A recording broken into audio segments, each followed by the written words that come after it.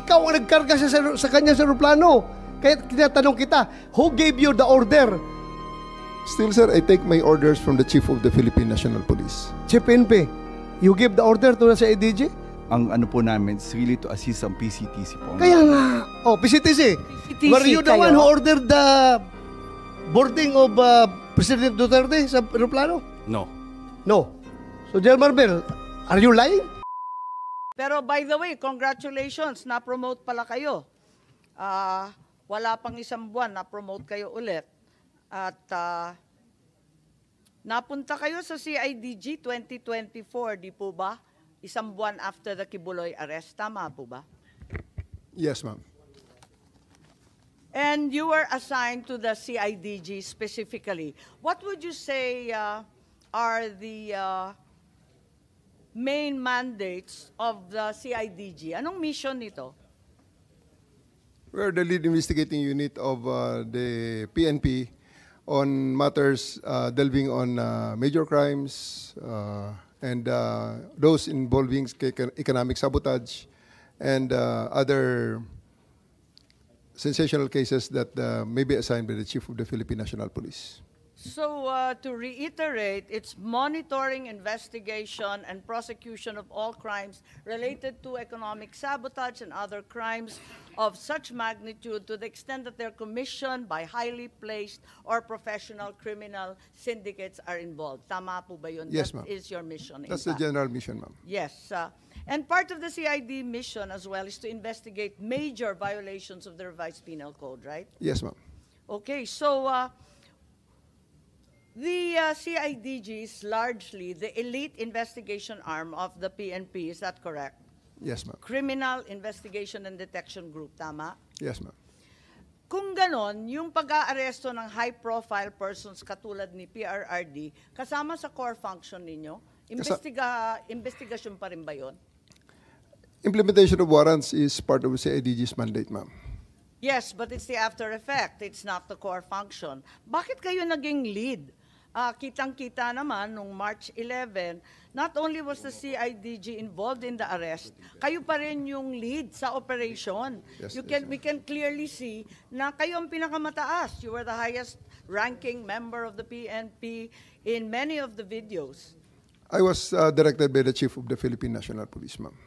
Yes, perhaps our Chief PNP can explain. Bakit yung CIDG ang naging lead?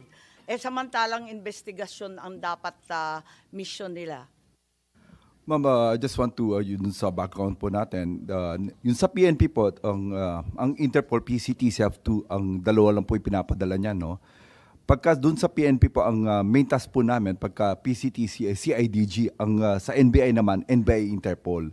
So usually, pagka may request po ang PCTC, ang pinaka-diretso po namin is CIDG, not any other unit when it comes to arrest po.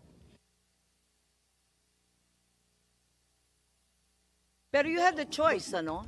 Madam Chair. Hindi naman lagi CIDG nag-aaresto nitong mga high-profile personalities. Wala naman akong nakikitang CIDG sa TV pag nakikita yung iba't ibang krimen. Hindi naman lagi sila eh. Ma'am, when it comes to the request of the PCTC, ang tasking po is always sa CIDG po. Yun po yung ano natin sa PCTC. Ang binanggit ni Executive Director ay yung NBI.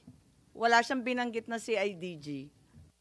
Ma'am, when it comes to the PNP, ang PNP po, ang automatic po namin, it's from me, I always task the CIDG po when it comes to Interpol matters po. So it's in fact your choice. General Torre is a trusted and competent general, and that's the reason you chose him. No, ma'am, that's for me, it's always the CIDG when it comes to yung mga national po ng, ano po, ng huli po. Yes, Senator Bato, please. Thank you, Madam Chair. General Marbel, kung si General Torre ang pinapa-operate mo doon, ibig bang sabihin na lahat ng actions niya, lahat ng ginawa niya ay sanction mo? Opo, it's under po ng Philippine National Police po yan. So lahat ng ginawa niya, sagot mo? Yes, sir. Opo. Thank you. That's the Chief PNP that I would like to believe. Whatever your people does or fail to do, sagot mo. Diba? I just want to clarify, no? Ang sinasabi po natin, all legal po. Ang sinasabi lang, we're just assisting po yung PCTC. That's reasonable po na ang request po is coming from I'm PCTC not po. referring to PCTC anymore. Yung sa kabuuhan ng operation. Dito po sa Philippine National po, lahat po ng action ng Philippine National under po sa atin, it's all legal po. When it comes to illegal, meron naman po kami mga ginagawa po dyan. Hindi ko na sinabi illegal. Akin lang, basta yung ginawa ng tao mo, sagot mo. Dahil ikaw si PNP, di ba? Dapat ganun. Yan man talagang kuwan natin, trabaho natin. Sagot ko kayo lahat dahil you are carrying out my orders. Yes, sir. Tama po yan. Kasi ang mandate po ng CID is really to effect po yung mga warrants of arrest po. Okay, just for the record. Just for the record, Madam Chair. Thank you. Yes, maraming salamat. Palibhasa inassign nga ni Chief PNP si General Torre bilang lead ng pag-aaresto kay former President. Masasabi ba natin na yung aresto ni PRRD ay CIDG operation? It's a PCTC operation, ma'am, requested to the Philippine National Police. Pero kayo ang lead. So ikaw ang masasabi natin. Kitang-kita naman doon sa video, kayo nagmamando, sangkatutak yung pulis, pero kayo yung pinakamatasang rango. Pagkatapos, talagang CIDG operation ng labas. Tama ba yun? Sa level, ma'am, ng implementation ng orders, pagbigay ng mission, that is led by me, supported by the other units of the Philippine National Police, as directed by the Chief of the Philippine National Police. That's right, but I did not see any other higher-ranking generals than you. You were the only one there. You were clearly the one leading the pack and determining what would happen next. Baka hindi lang siguro, ma'am, na nakikita ang ibang high-ranking officers doon sapagkat nakamix naman Sinabi mo nilang... nga, Nick, na you said that, oh, sir, ako ang pinakamataas dito. Yes, sir. I'm two-star, di ba? Yes, sir. Oh, so you stick to that. Pero meron, sir, mga matataas na official doon, pero sir. ikaw, At together with me, sir, Sino-sino na mas mataas sa'yo at nagmamando? Wala naman kasi kaming narinig. Ikaw lang ang nandun. Wala namang masama kung ikaw ang inassign. Di syempre, gagampanan mo, di ba? We are under the direction of the Chief PNP. He was there personally. Ang pag-implement lang, sir, ng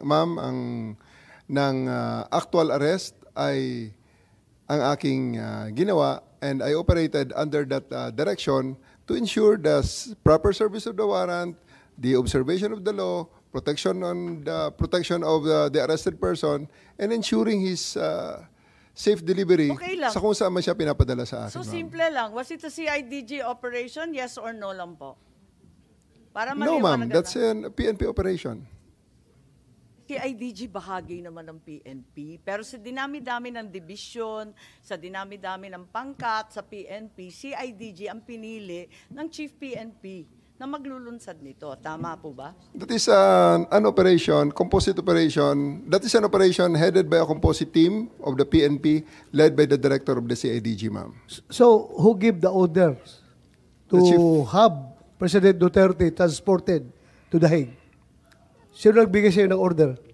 Sir, my order is to serve, the order that I received from the Chief of the Philippine National Police is to serve the warrant and ensure his delivery to the 250th Wing, to the team that will deliver him to The Hague. On the nuances of the higher authorities, I may not be privy to that information. Okay.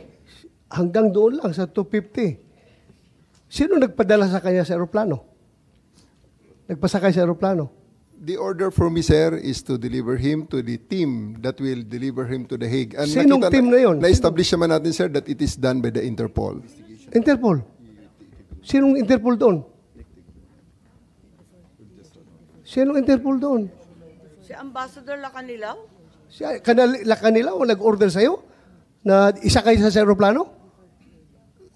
Sir, I think we have already established. Yung order ko is for me to deliver him to the 250th Wing and deliver him to the team. Okay, at assist the nandun na team. siya sa 250th Wing. Ngayon, pinilit mo siyang ilabas. Nakita ko pa yung matanda, humawak sa lamisa. Ayaw siya magpadala sa'yo. Ayaw niyang sumakay sa aeroplano. Sino nag-order sa'yo na isakay sa aeroplano? Sino nag-order sa'yo? Can I defer the questions, sir? The answer to the questions to the SOJ, considering that I have a team you of are the the PG one there. there. Wala si SOJ doon. Ikaw ang nagkarga sa kanya sa aeroplano. Kaya tinatanong kita, who gave you the order? Still, sir, I take my orders from the Chief of the Philippine National Police. So, Chief PNP, you gave the order to have former President Duterte board the plane? Ma'am, I think that from the very beginning, the DOJ's advice was sought on every step of the way.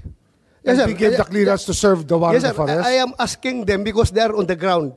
Sila ang nag-implement doon. Kaya, Chief PNP, you give the order to the CIDG? The order of to the CID is really to assist the PCTC when it comes to arrest po. So, sino nagbigay ng order kay General Torre na ipasakay sa aeroplano? It's always the guidance that ang ano po namin is really to assist ang PCTC po. Kaya nga, PCTC. PCTC Were you the kayo? one who ordered the boarding of President Duterte sa aeroplano? Yes, General Alcantara, please. Mr. Senator, Madam Chair, I've said from time to time that my mandate is to coordinate our law enforcement agencies to comply with the requirement of the Interpol. Correct. And, I believe you, sir. Coordination ka lang. Coordination ka lang. Pero sinabi ni General Marvel that na is ikaw the- daw nag-order sa That kanya. is the limit of my power. Yeah. That's the But limit. according to General Marvel, ikaw daw nag-order sa and kanila that is- na isakay sa aeroplano si And that Pangulong is the Duterte. limit also of my authority. That's my mandate. To My have him. mandate is to coordinate, Coordinate. disseminate. So, for the record, hindi ka nagbigay ng order kay General Marvel na isakay siya sa aeroplano? Hindi. For the record. For the record, I am not the authority to order the arrest, to order the So just boarding of the plane. categorically, did you or did you not give the order to General Marvel? No. No. So, General Marvel, are you lying? Sir, I'm not lying, but I just want to have the executive privilege po regarding this matter, this operational matter. Nandito na tayo eh. Executive privilege ka dyan. Bakit naging executive privilege? Kanina bigla? sinabi mo, PCTC ang nagbigay ng order. Ngayon, mag-executive privilege ka. Kung sino-sino na tinuro mo. That's biglang why we didn't want to executive attend the last privilege. hearing because this is what we were expecting, ma'am. We didn't want to be bullied into a position. No, we're not bullying you, sir. Nobody's bullying. We're not I bullying think you, that sir. We're not bullying you, sir. you're trying to make people admit something that they will not admit. And executive no, we're privilege is a trying to valid derive excuse information. not to answer any Secretary question. President Remulla. Duterte is already at the Hague. Tapos na We're ang asking boxing. kung sino nagpadala doon sa kanya. Sino Yun ang nag-order? tanong We're natin. trying to understand every step of As the I said way. earlier, everything was cleared with the DOJ. We are not bullying you, sir. Ha? We want the truth. That's why if we So, try sir- to make a person admit something that should not be admitted, it means that there is something more to it, which is the clearance given by the DOJ was probably the most important part of it, to serve the warrant of arrest and to surrender the person under the law. I'm sorry, Secretary Remulla. I recall that General Torre, nagbigay siya ng interview na sinabi niya, bigyan lang ako ng eroplano. Ako nang bahala dyan. Tama po ba? Yung nabasa ko, na sinabi niyo, ako nang bahala, basta bigyan ako ng eroplano. Nabasa po namin sa media, fake news po ba yun o hindi? Kasi kailangan niyo po talaga siyang ilipad sa dahil. General Torre. Please panoorin ninyo, nandyan, arrest him, bring him to the Hague, yun lang. Pakita lang. So paano po General ibinabasa Torre. inyo ni PNP Chief Marbil na how did he say that to you? Na no matter what, we need to fly the former president to the Hague and we need to implement the ICC arrest warrant. Arrest him and bring him to the Hague. Yun lang. Simple as that. Arrest him and bring him to the Hague. Sagot ko lang, sir, bigyan mo ko aeroplano. O di ayos. And then the rest, you planned everything. Matagal na yun eh. Ang plano na yan, matagal na yan. Hindi yan spur of the moment eh. Matagal na yan. And nagkataon lang na talagang yun, the opportunity arose. So Secretary Remulla, nagpa-interview na si General Torre. We're not bullying him. He voluntarily gave this interview. And like many of our countrymen, napanood namin. Sinabi niya na siya talaga. Paano ba yun? Sino nag-utos sa kanya? Ano nga yan, ma'am? Sabi ko nga, clear namin lahat yan. Kasi they were asking me the Klino po legalities. Even ninyo, if I was clear. abroad, my advice was being sought. And I gave them the advice. That, So kayo number ang one, nag-utos? serve the warrant of arrest. And number two, surrender him to the Hague. That's what the law provides. So, sir, you're the one giving the orders. Well, in some ways, because I gave them the legal basis for all the actions that happened. So, you're the one giving the orders. If I have to be the one, then if I am the one No, sir. that is referred to, I will admit it. Kasi that I gave the clearances to number one, serve the warrant of arrest as I saw it, as I deemed fit, and number two, to fly him to the Hague to be surrendered under Section 17 of Republic Act 9851. And that is, I caused this through my brother, Yes, who sir. is the Secretary of the Interior and Local Government. Sir, giving orders is different from giving clearance. Klaruhin natin ito. Well, Ang tinatanong ko is, sinong nag-utos? Because PNP is a uniform organization. Hindi yan gagalaw kung wala mag-uutos. Ang tinatanong namin ng komite, sino nag-uutos? Ikaw sabi mo, you're the one giving the clearance. Ngayon, ina-admit mo na parang sinasabi mo na kung gano'n man lang, ako na nagbibigay ng orders. So, nalalabuan ako doon. Kasi sabi mo, nagki-clearance, nagbibigay ka ng clearance sa kanila. Sa kanilang ginagawa, kasi every step of the way. it's a crisis management time. Kailangan maklear lahat. Dapat malinaw mag-isip yung mga taong kasama sa nasabihan usapan. mo na ahead of time. Na-clear na lahat yan. Tinatanong nila sa akin kung ano nga. Ang sinabi ko talaga dyan, number one, you can serve the warrant. And number two, Hague. Surrender him to the Hague under the law. So- That is what the law provides. So ang ibig sabihin, nalaman na ninyo na may warrant bago pa umabot yung March 11, 3 a.m. na sinasabi. Hindi po. Nalaman may clearance ko, na una-una, before sasabihin ko March sa inyo, 11. nalaman ko po na mayroong problema nung March 9, ako po yung nasa airport at sinasabi sa akin, mukhang may mga chismis na mayroong warrant.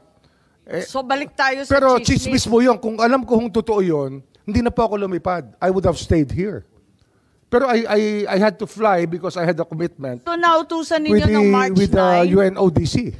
So nautusan ninyo ng March 9 si PNP Chief?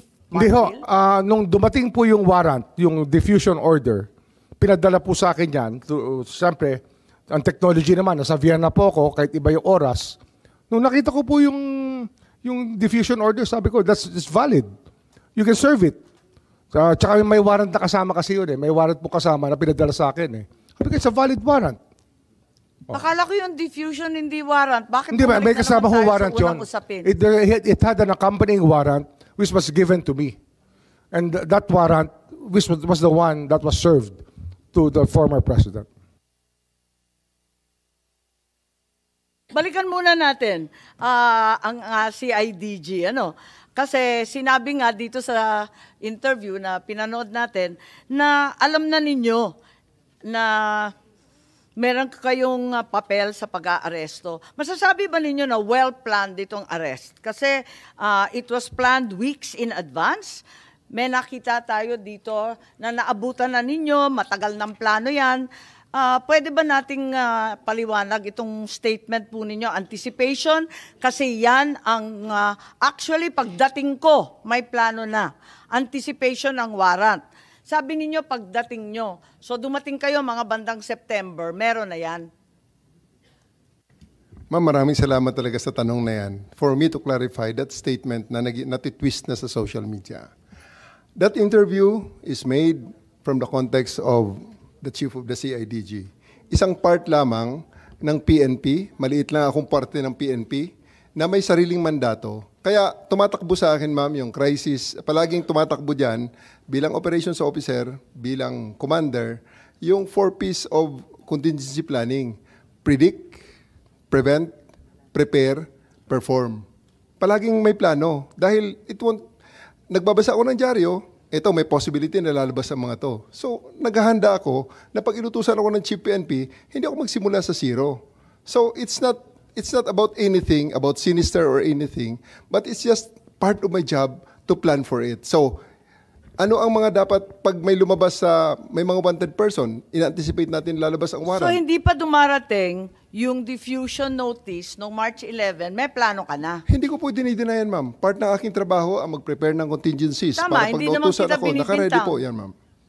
Meron kang interview, sinabi nga na January 2025, nagkumpuni ka na ng secret 80-page plan na ang tawag Operation Pursuit ng New York Times. Ang pagkaintindi natin, Oplan Tugis. Tama ba yun? Wala po akong sinabing ganyan, ma'am. Kung sino man ang source niyan, I'm not very sure about it. Lumabas sa lahat ng media, sa GMA, pati New York Times sinabi. Pwede po nating makita, ma'am, kung Hindi if ko possible. alam. Yan lang ang nabasa ko, katulad ng marami.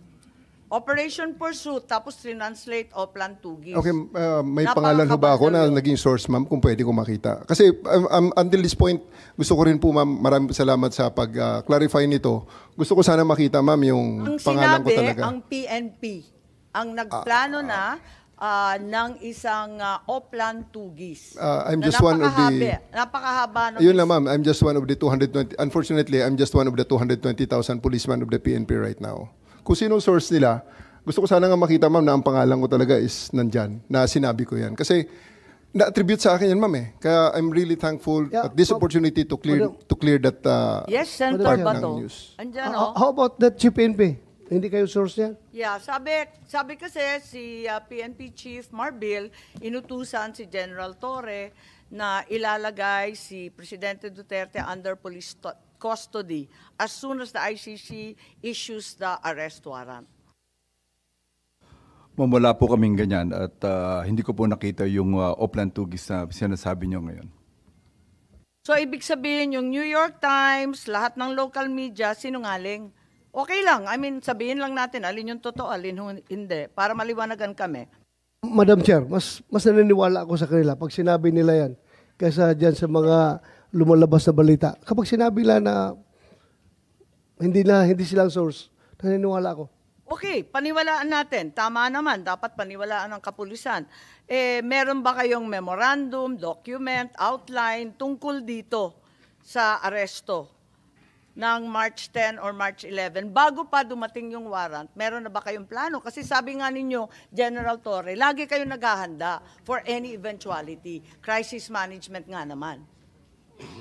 For the specific, yung March 11, ma'am, wala talagang pre-planned na sinasabing itong specific. Kaya on the fly ngayon, ma'am, na ginawa, ma'am. Eh. So everything that was done there, based on the contingencies, meron tayong mga, may situation analysis, may...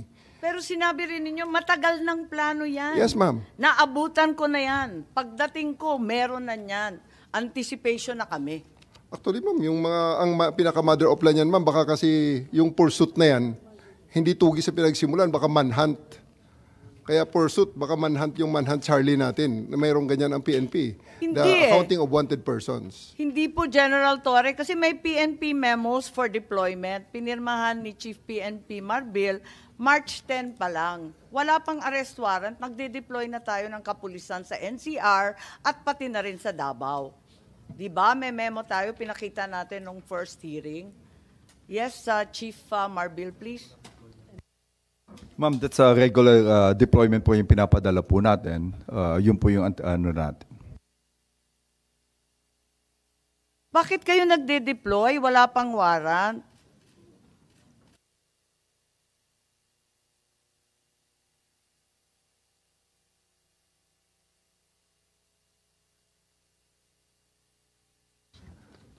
That's already part of the contingencies. Kasi hindi naman natin madi-deny na napaka-high profile ni PRRD. Ito na nga, may preparation na may probability na lalabas itong order na to. On my part, lalabas ang Pero order na to. sabi, nung unang hearing ni Secretary John Vic, na chismis lang naman, magde-deploy ka sa chismis lamang? There's really no harm in erring on the side of caution, ma'am. Palaging ganyan. Prevent after the prediction. We prevent whatever, kaya palaging predict yan ang scanning the operational environment, threat assessments, So wala preparation, talagang IPB. plano. Pero sinabi mo, matagal ng plano yan. Alin ba talaga? The contingencies are there, ma'am. Hindi na sinasabing wala talaga kaming alam at wala kaming pinaghahandaan. May contingencies tayo, ma'am. So it's always there. So you're part of the saying that PNP. it was just general contingency planning, Yes, ma'am. no specific incident was anticipated? Although, sinabi rin ninyo, anticipation ko na yan.